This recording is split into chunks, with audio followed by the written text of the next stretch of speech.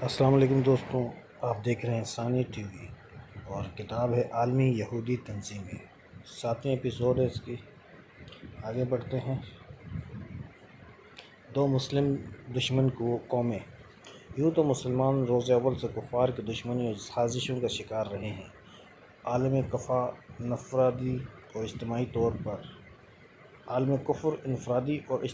پر اسلام کے روشن چراغ کو بجھانے کی فکر میں رہا ہے۔ یہودی ہوں یا عیسائی، مشرک ہوں یا مجوسی، دہریے ہوں یا ملحد، کسی نے اللہ کے بھیجے ہوئے سچے دین کو مٹانے کی کوشش میں کسر نہیں چھوڑی۔ ہر ایک نے ایک دوسرے سے بڑھ چڑھ کر اسلام اور مسلمانوں کو فکری، جسمانی، مالی، روحانی ہر اعتبار سے گزن پہنچانے کی اپنی سی کوشش کی ہے۔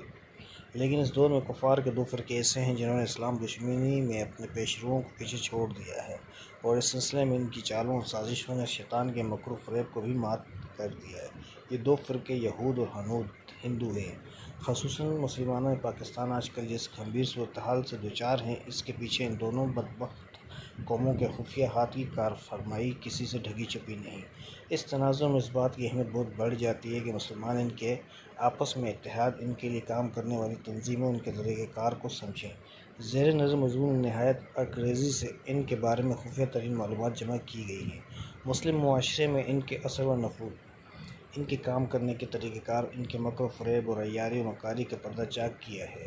امید ہے کہ یہ مضمون معلومات افزا اور بصیرت افروز ثابت ہوگا۔ اس کو پڑھ کر بہت سوں کی آنکھیں کھل جائیں گی اور انہیں ہوش میں آنے اور اپنا مقصد زندگی متعین کرنے میں مدد ملے گی۔ یہود و ہنود کی مسلمانوں سے دشمنی کے اسباب۔ اقوام عالم میں اسلام اور مسلمانوں کے تعلق سے دشمنی کی دو قسمیں ہو سکتی ہیں: دائمی اور وقتی۔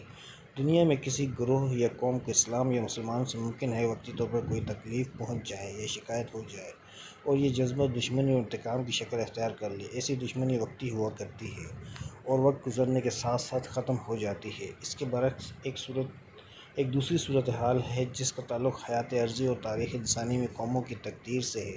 تاریخ شاہد ہے کہ دشمنی کی یہ لکیر خط مستقیم میں رواں ہوتی ہے۔ ایسی عداوت کے اسباب دائمی ہوتے ہیں اور قوموں کی تاریخ کے ساتھ ہی ختم ہوتے ہیں۔ وقتی دشمنی اگر دائروں کی مانند ہے تو دائمی دشمنی خط مستقیم کی طرح ہے۔ اسلام اور مسلمانوں سے وقتی دشمنی تو کسی بھی قوم یا گروہ کو ہو سکتی ہے، لیکن ان سے دائمی دشمنی صرف دو قوموں میں پائی جاتی ہے۔ تاریخ کا یہ تجزیہ خود قرآن نے کیا ہے۔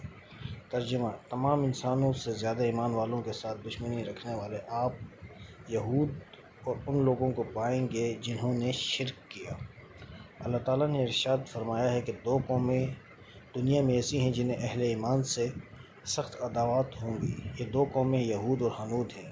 مذکورہ آیات سے اہل ایمان اور یہود و ہنود کے مابین صورتحال کا اندازہ ہوتا ہے۔ نیز یہود کی روش، ان کے پیدا کردہ فتنوں اور ان سے امت مسلمہ کی آخری جنگ کی تفصیل ان احادیث سے معلوم ہوتی ہے جو کتب احادیث میں ابواب الفتن میں مذکور ہیں۔ سورۃ المائدہ آیت 82 میں مذکورہ مشرکین کا لفظ اگرچہ عام اور خاص، محدود اور غیر محدود دونوں ہی معنی میں لیا گیا ہے، لیکن تمام دلائل اور قرائن پر غور کرنے سے یہ اصطلاح ہنود کے لیے اسی طرح خاص معلوم ہوتی ہے جس طرح یہود کے لیے اسی آیت میں مذکور لفظ الیہود ہے۔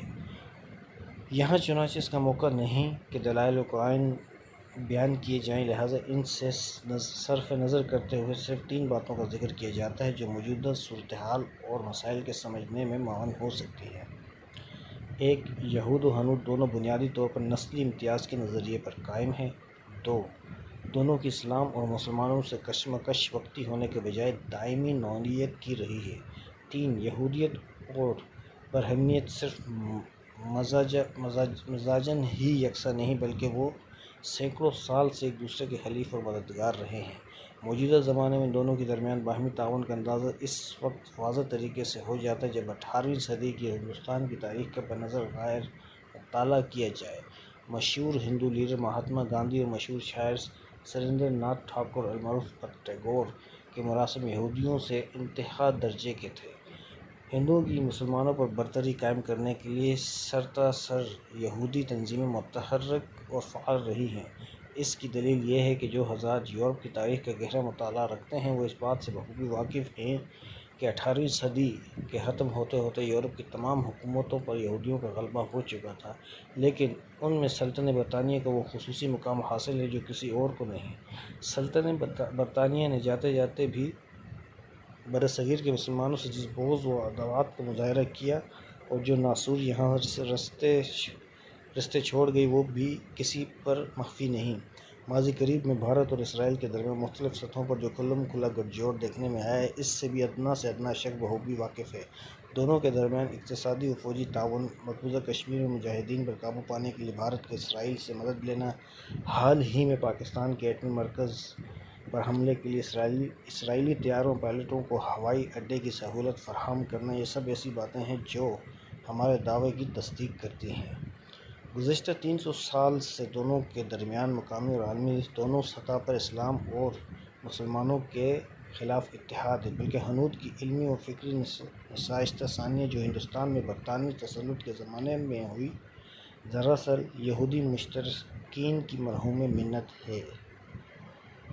نیکسٹ ایپیسوڈ میں اس سے آگے کا پڑھیں گے انشاءاللہ، اور آپ سے گزارش ہے ہمیشہ کی طرح کہ چینل کو سبسکرائب کریں، لائک کریں اور زیادہ سے زیادہ شیئر کریں۔ شکریہ۔